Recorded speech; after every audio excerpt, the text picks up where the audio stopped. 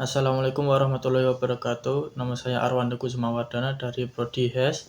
Saya akan membahas tentang judul konferensi saya untuk memenuhi tugas Sempro, yaitu analisis hukum Islam terhadap layanan paylater dengan biaya tambahan dari perspektif SDGs. Pendahuluan, paylater telah dengan cepat menjadi salah satu layanan keuangan digital paling populer di Indonesia.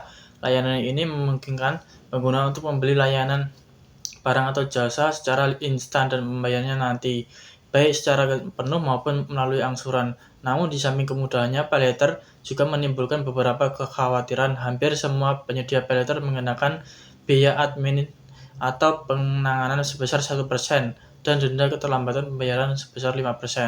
Dari perspektif hukum Islam, dua biaya ini terkait langsung dengan riba dan gharar. Kedua prinsip ini menjadi inti dalam menentukan keabsahan suatu produk keuntungan dalam Islam. Paylater memang dapat meningkatkan akses keuangan, tetapi tanpa regulasi yang tepat, hal ini juga dapat memperburuk kemiskinan, ketidaksetaraan, dan kerentanan konsumen. Oleh karena itu, penelitian ini bertujuan untuk mengevaluasi kepatuhan paylater terhadap hukum Islam dan kesesuaian dengan tujuan pembangunan berkelanjutan. Pendekatan ini ganda, memberikan gambaran komprehensif tentang implikasi etis, hukum, dan pembangunan dari paylater.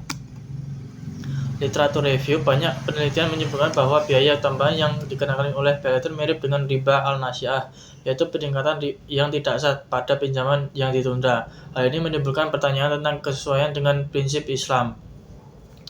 Yang kedua, penelitian ini sebelumnya mengidentifikasi unsur-unsur gharar atau ketidakpastian kontrak dalam sistem paylater. Hal ini mencakup jumlah total pembayaran yang tidak jelas, struktur bunga yang tidak jelas, dan syarat dan ketentuan yang sulit dipahami sepenuhnya oleh pengguna. Beberapa studi mengamati dampak sosial seperti peningkatan perilaku belanja impulsif dan risiko lebih tinggi untuk menumpuk utang, terutama di kalangan pengguna yang lebih muda.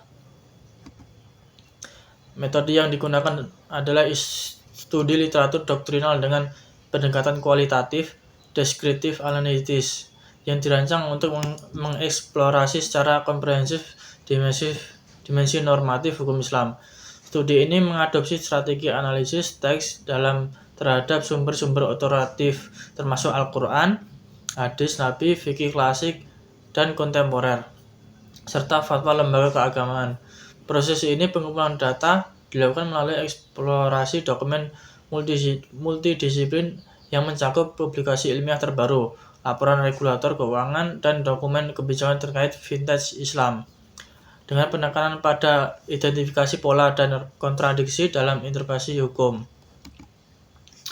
Hasil dan pembahasan penerapan biaya tambahan seperti admin 1% per transaksi dan denda keterlambatan 5% per bulan pada layanan paylater secara fundamental bertentangan dengan prinsip-prinsip syariah. Struktur biaya ini diklasifikasikan sebagai riba al-nasi'ah atau riba akibat keterlambatan pembayaran, karena menimbulkan beban finansial tambahan bagi konsumen tanpa adanya tindakan ekonomi yang sah sebagai penyeimbang. Hal ini mengakibatkan transfer manfaat yang tidak proporsional dan tidak seimbang yang menguntungkan penyedia layanan.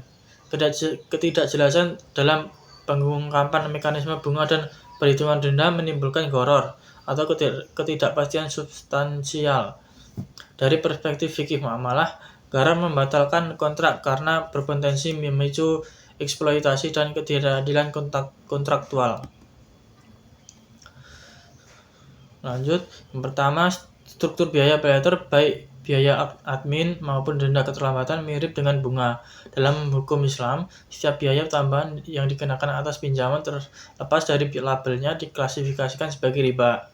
Yang kedua, paylater mengandung unsur gharar yang terlihat dari rincian pembayaran yang tidak jelas, syarat-syarat yang samar, dan kurangnya transparansi informasi.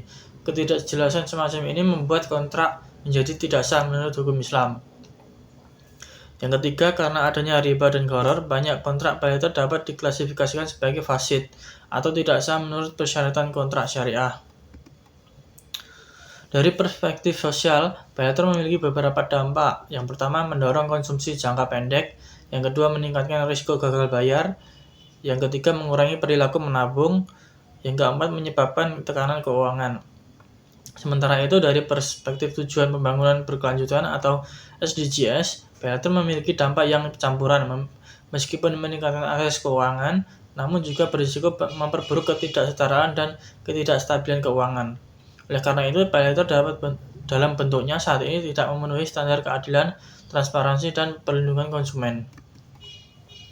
Kesimpulan, dari studi ini menunjukkan bahwa layanan paylater yang mengenakan biaya tambahan tidak sesuai dengan prinsip-prinsip hukum Islam. Praktik-praktik tersebut mengandung unsur riba yang ditunjukkan melalui biaya tambahan yang dikenakan pada utang, gharar yang timbul dari ketidakjelasan kontrak dan kurangnya transparansi, serta kontrak fasid akibat kegagalan yang memenuhi persyaratan hukum yang esensial untuk transaksi Islam yang sah.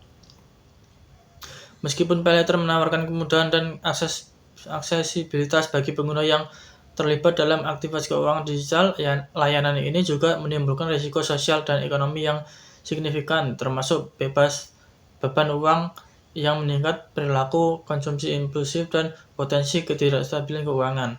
Oleh karena itu, dalam bentuk operasionalnya, saat ini paylater tidak sejalan dengan nilai-nilai etika Islam maupun prinsip-prinsip pembangunan berkelanjutan yang menekankan keadilan, kesejahteraan umum, dan perlindungan konsumen. Terima kasih dari saya. Wassalamualaikum warahmatullahi wabarakatuh.